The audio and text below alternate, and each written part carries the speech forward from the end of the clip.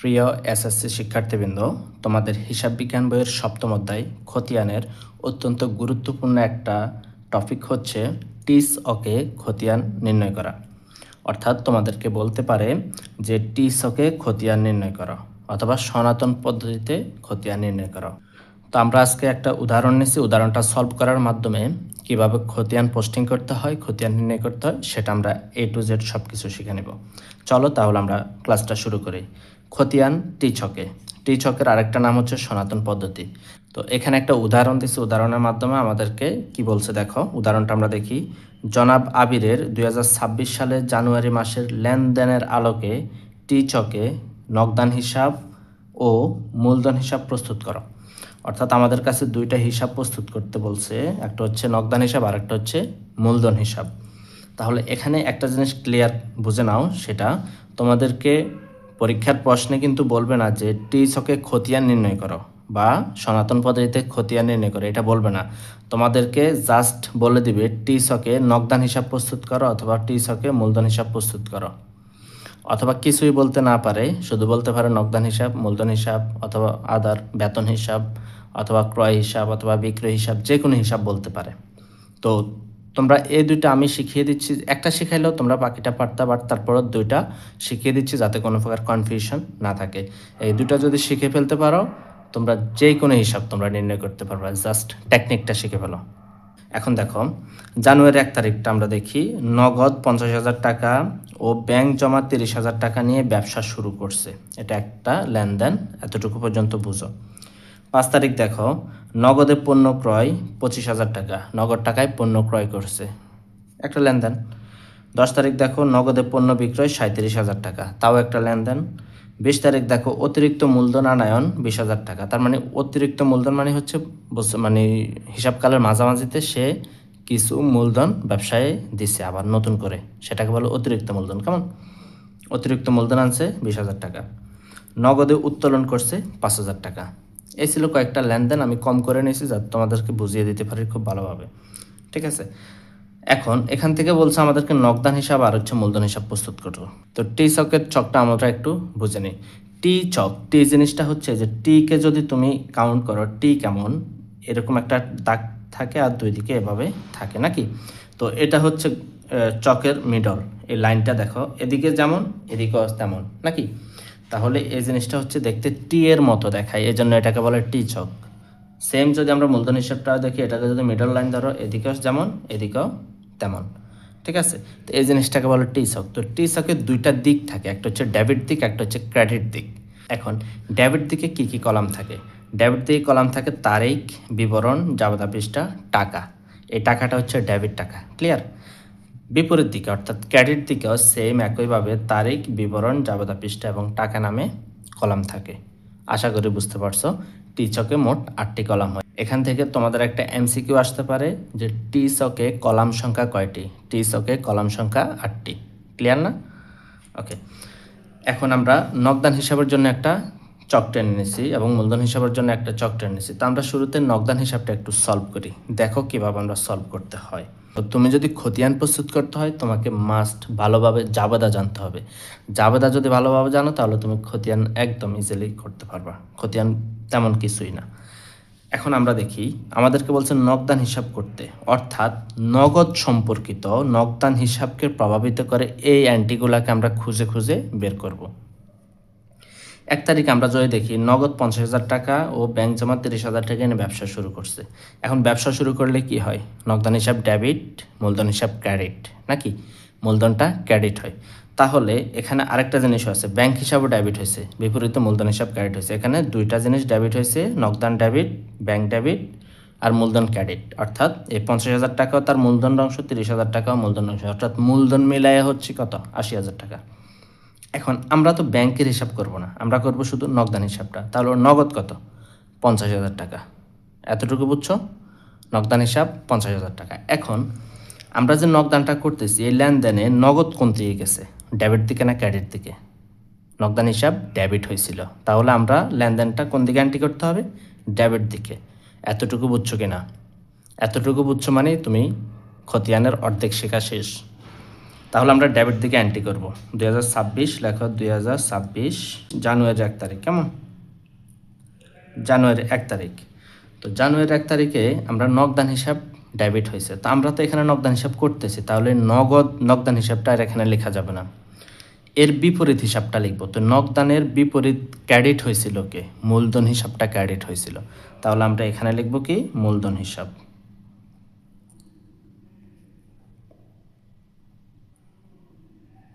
মূলধন হিসাব লিখে যেহেতু নগদান ডেবিট হয়েছিল যেন ডেবিট কলামে আমরা কত লিখব নগদের টাকাটা যে টাকাটা হয়েছিল সেই টাকাটা 50,000 টাকা আমরা ব্যাংকের টাকা কিন্তু লিখি নাই বা মূলধনের টাকাও কিন্তু লিখি নাই মূলধন 80,000 টাকা হয় ব্যাংকে 30,000 টাকা নগদের টাকাটা লিখছি কারণ আমরা নগদান হিসাব করতেছি ক্লিয়ার কেন ডেবিট দিকে লিখছি ডেবিট কারণ আমার নগদান ডেবিট হয়েছে এই জন্য আমি ডেবিট দিকে লিখছি মূলধন হিসাব কেন লিখছি নগদের বিপরীত হিসাবটা ছিল মূলধন হিসাব এই জন্য মূলধন হিসাব লিখছি ব্যাংক হিসাব কেন লিখি নাই ব্যাংক হচ্ছে নগদের সাথে ছিল ডেবিট হিসাব ক্লিয়ার যদি এই দুইটা ক্রেডিট হইতো একসাথে ব্যাংকও ক্রেডিট হইতো মূলধনও ক্রেডিট হইতো তাহলে আমরা দুইটারে ভাগ করে করে লিখতে হইতো ক্লিয়ার ওকে এতটুকু বুঝছো 5 তারিখ আমরা দেখি নগদে পণ্য ক্রয় নগদে পণ্য আবার নগদ আসছে নগদে পণ্য ক্রয় করছে আমার নগদ টাকা চলে গেছে এটা একটু জাবেদা করো ক্রয় হিসাব ডেবিট নগদান হিসাব ক্রেডিট এখন নগদ জিনিসটা কি হয়েছে ক্রেডিট হয়েছে না তার মানে আমরা চলে যাব কোন দিকে এদিকে এদিকে আসছো এদিকে আসো ওকে এখন এখানে আমি লিখলাম 2026 জানুয়ারির আমরা বুঝতে পারছি যে 5 তারিখের লেনদেন কোথায় যাবে আমার ক্রেডিটে যাবে 5 তারিখ লিখলাম তাহলে নগদের বিপরীতে কি আসছে আমার ক্রয় হিসাব নামে কেমন আমি লিখি ক্রয় হিসাব ক্রয় হিসাব হয়ে নগদ কি হয়েছে ক্রেডিট হয়েছে কত টাকা ক্রেডিট হয়েছে 25,000 টাকা ক্রেডিট হয়েছে 25,000 এতটুকু পর্যন্ত বুঝো না কে এতটুকু বুঝছো মানে তোমার হিসাব মানে হচ্ছে খতিয়ান 80% শেষ আর বাকি 20% হচ্ছে তোমার ব্যালেন্স বের করা তারপরে লেনদেনটা আমরা দেখি 10 তারিখে বলছে কি নগদে পণ্য বিক্রয় এখন তোমরাই পারবা নগদে পণ্য বিক্রয় করছে কি হয়েছে নগদান হিসাব ডেবিট বিক্রয় হিসাব ক্রেডিট ঠিক আছে তাহলে নগদান হিসাব আমরা পাইছি কি ডেবিট দিকে তাহলে আমরা লিখবো কোন দিকে ডেবিট দিকে চলে আসবো তাহলে এখানে লিখো জানুয়ারির 10 তারিখ বিনিময়ে কিসের বিনিময়ে নগদান ডেবিট হয়েছিল বিক্রয়ের বিনিময়ে তাহলে এখন লেখো বিক্রয় হিসাব বিক্রয় হিসাব কত টাকা 37,000 টাকা লেখো 37 এতটুকু তো বুঝছি একদম ইজি না এখন পারবা অতিরিক্ত মূলধন আনয়ন এখন দেখো 20 তারিখ অতিরিক্ত মূলধন আনয়ন করলে কি হয় প্রতিষ্ঠান নগদ টাকাও আসে মূলধনও আসে তো মূলধন যদি আসে তাহলে মূলধন ক্রেডিট হয় নগদ যদি বাড়ে তাহলে নগদান ডেবিট হয় কেমন তাহলে এখানে আমাদের লেনদেনটা হচ্ছে কি চাবাদাটা কি নগদান হিসাব ডেবিট মূলধন হিসাব বা অতিরিক্ত মূলধন হিসাব ক্রেডিট ক্লিয়ার তাহলে এখানে আমরা নগদ কোন দিকে আসছে ডেবিট হয়েছিল কেমন এখন আবারও আমরা ডেবিট দিকে আসছি কারণ আমাদের নগদান ডেবিট হয়েছিল আর অতিরিক্ত মূলধন ক্রেডিট হয়েছিল তাহলে আমরা লিখবো অতিরিক্ত মূলধন টাকা লিখবো নগদের ডেবিট দিকে আমরা করতেছি কি হিসাব নগদান হিসাবে এটা মাথায় রাখবা 20 তারিখ নগদান হিসাব অতিরিক্ত মূলধন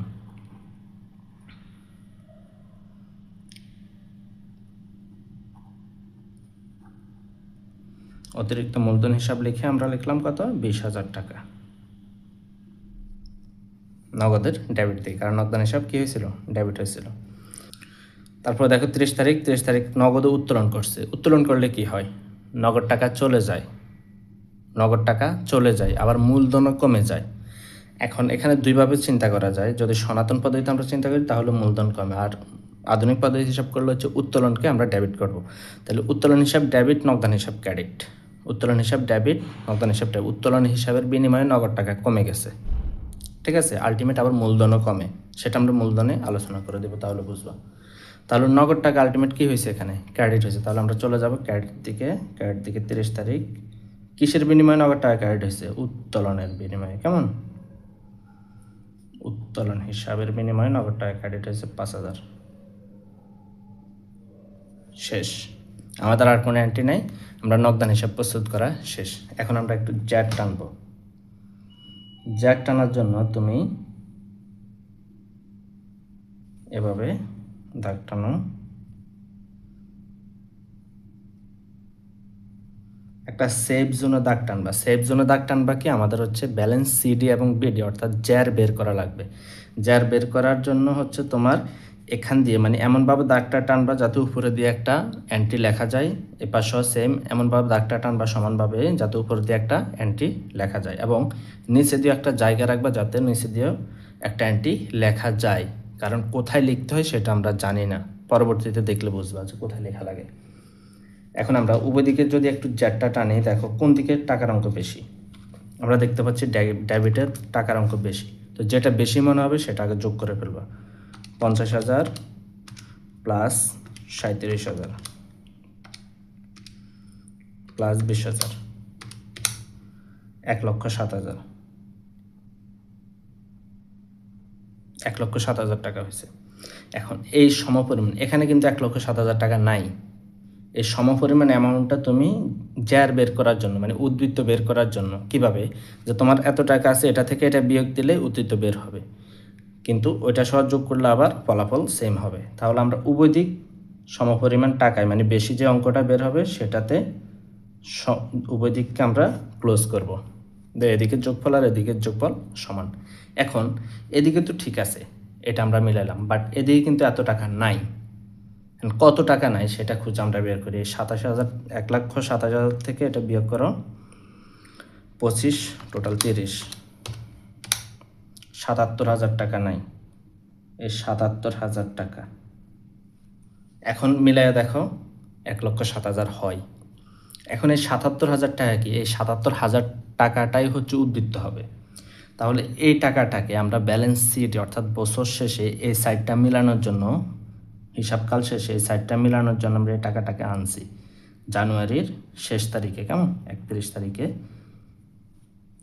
আনছি কি হিসাবে, ব্যালেন্স সিডি নামে। দেখো সিডি নামে 77,000 টাকা এনে হিসাবটা মিল করছি, ঠিক আছে।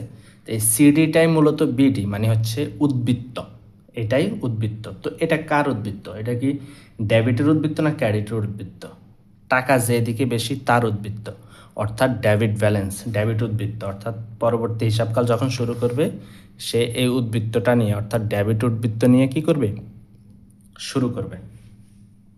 তাহলে এই জিনিসটাকে আমরা উদ্বৃত্ত হিসাবে দেখিয়ে দিতে হবে পরবর্তী হিসাবকালের শুরুর তারিখে। তাহলে জানুয়ারির পরের মাস কি, ফেব্রুয়ারি। এখানে লেখো ফেব্রুয়ারি,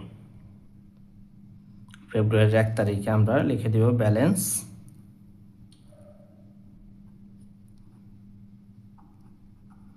বিডি। কত টাকা, সিডি যে পরিমাণ টাকা, বিডি সমপরিমাণ টাকা 77,000। এই টাকাটাই হচ্ছে উদ্বৃত্ত। এখন তোমরা যদি বল যে নগদান হিসাবের খতিয়ান উদ্বৃত্ত কত, নগদান হিসাবের খতিয়ান উদ্বৃত্ত কত, 77,000 টাকা। এই যে টাকাটা সিডি সেই টাকাটাই বিডি। ক্লিয়ার, বুঝতে পারছো? এই ছিল নগদান হিসাব। আশা করি এখন বুঝতে পারবে। এখন তোমাদেরকে কেন বলছিলাম যে সেফ জোনে হচ্ছে তোমরা হিসাব করবে, এই যে এখান দিয়ে একটা লাইন আমাদেরকে সিডি ঢুকাতে হয়েছিল। এখন এই টাকাটা এদিকে কম না হয়ে এদিকেও হইতে পারতো, তাহলে সেক্ষেত্রে আমরা এখানে একটা সেফ জোন রাখছি, বুঝতে পারছো? ঠিক একইভাবে এই বিডিটা যদি এদিকে সিডি আসতো, বিডি কোন দিকে চলে যেত, উল্টা দিকে, এই জন্য আমরা সেফ জোন রেখে দিছি। ক্লিয়ার? আশা করি নগদান হিসাব বুঝে গেছো। এখন আমরা মূলধন হিসাবটা সলভ করি, কীভাবে মূলধন হিসাব নির্ণয় করতে হয়। সেম একইভাবে আমরা পড়ে মূলধন হিসাবটা, যদি তুমি নগদান হিসাব বুঝে পেলো সেক্ষেত্রে তুমি মূলধন হিসাব ইজিলি করতে পারবা। তাহলে আসি আমরা এখন মূলধন হিসাবের সেম একইভাবে টিসক আমরা কলাম টানছি, তারিখ বিবরণ জাবেদা পৃষ্ঠা টাকা, ডেবিট থেকে, ক্রেডিট থেকেও সেম তারিখ বিবরণ জাবেদা পৃষ্ঠা টাকা। এখন আমরা আবার লেনদেনগুলো পড়ে মূলধন হিসাবগুলো খুঁজে বের করব। 1 তারিখে আমাদের মূলধন আসছে নাকি, মূলধনের বিপরীতে কি কি আসছে, নগদ টাকা আসছে, ব্যাংক জমা আসছে, মূলধন হিসাব ক্রেডিট হয়েছিল। তাহলে মূলধন হিসাব ক্রেডিট, বিপরীতে ডেবিট হয়েছিল নগদান হিসাব আর হচ্ছে ব্যাংক হিসাব। তাহলে আমরা যেহেতু মূলধন হিসাব করব, মূলধন হিসাব কি হয়েছে, ক্রেডিট হয়েছে। আমরা চলে যাব কোন দিকে, ক্রেডিট দিকে। 2026 জানু 1 তারিখ। তাহলে আমরা মূলধন হিসাব করতেছি না। এখন মূলধন হিসাবের বিপরীত আমরা দুইটা হিসাব দেখতে পাচ্ছি, একটা হচ্ছে নগদান হিসাব আর একটা হচ্ছে ব্যাংক হিসাব। এখন তুমি চাইলে নগদান ও ব্যাংক হিসাব একসাথে লিখতে পারো, আর যদি না চাও তাহলে আলাদা আলাদা ভেঙে ভেঙে লিখতে পারবে। এভাবে লিখতে পারো, নগদান হিসাব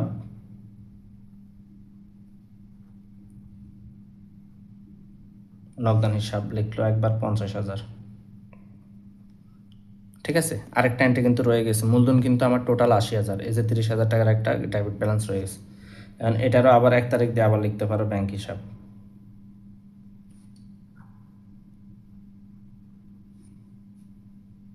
30,000। ক্লিয়ার হয়ে গেছে?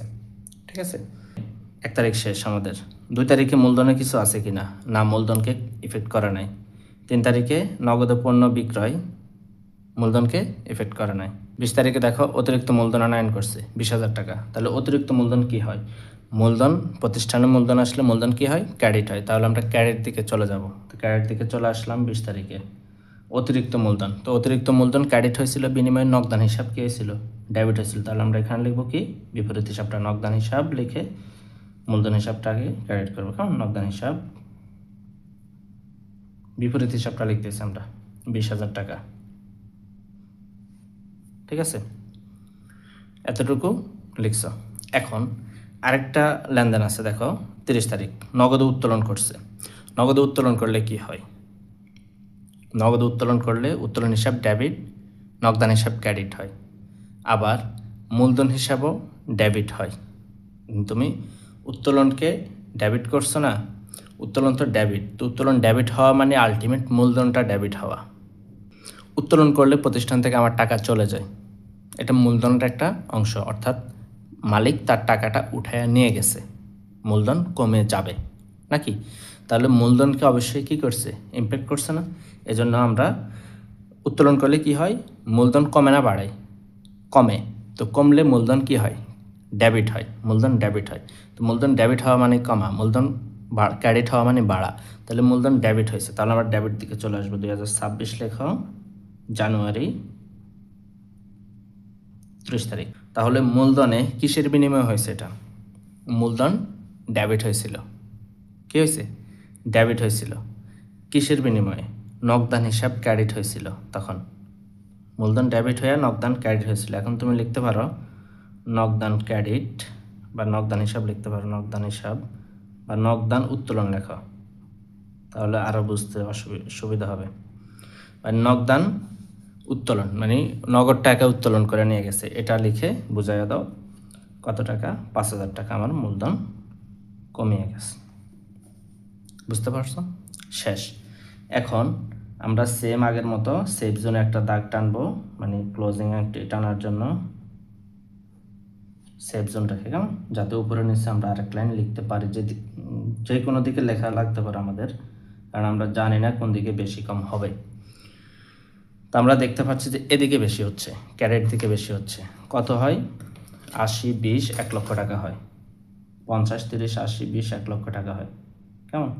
আমরা 1 লক্ষ টাকা এখানে লিখলাম, এখানেও সমপরিমাণ টাকাটা আমরা লিখলাম 1 লক্ষ টাকা। এখন এই যে 5,000 টাকা, এদিকে 5,000 টাকা আছে, এনে এদিকের ফলাফলটা এক না, মানে এখানে হচ্ছে 1 লক্ষ টাকা, এখানে আছে 5,000 টাকা। সমান নাকি? সমান তো না, তার মানে উদ্বৃত্ত বের হবে। তাহলে এদিকে আমাদেরকে বাড়াইয়া এই টাকাটা করতে হবে, ব্যালেন্স সিডি আসবে এদিকে। কেমন? তাহলে জানুয়ারি 31 তারিখে আমরা কি করব? 31 তারিখে ব্যালেন্স সিডি নামে কত টাকা আনতে হবে? 95,000 টাকা। তাহলে 1 লক্ষ টাকা মিল হবে। তার মানে মূলধনের উদ্বৃত্ত বের হচ্ছে কত? 95,000 টাকা। এটা তো বুঝছো সিডি, যে অ্যামাউন্টটা সিডি সেটাই হবে বিডি। এখন এই মূলধনের উদ্বৃত্ত কি হয়? মূলধন জিনিসটা হচ্ছে ক্রেডিট, তাহলে এই যে ক্রেডিট দিকে বের হচ্ছে মূলধনের উদ্বৃত্ত হবে কি? মূলধনের ক্রেডিট উদ্বৃত্ত। ক্লিয়ার?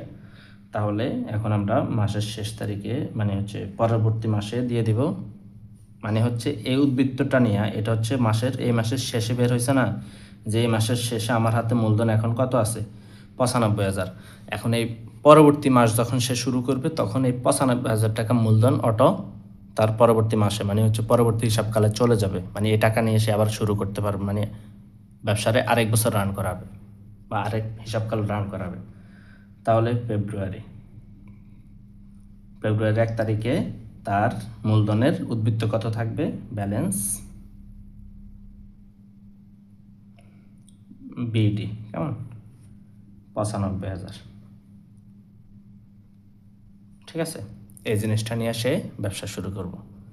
এখন এই যে উদ্বৃত্তটা, এই উদ্বৃত্তটার বাস্তব উদাহরণ তোমরা কিভাবে দেখবা, তোমাদেরকে যদি একটা প্রশ্ন দেখাই, দেখো এখানে এই যে এটা দেখো, মেসার্স আলফা ট্রেডার্স 2017 সালের জানুয়ারি তারিখে সম্পদ ও দায় দেনা ছিল নিম্নরূপ। এই যে নগদান হিসাব 40,000 টাকা, নগদান হিসাব বলেছে। আসবাবপত্র 1 লক্ষ, বিনিয়োগ 50,000, পাওনাদার 10,000, মূলধন এত টাকা।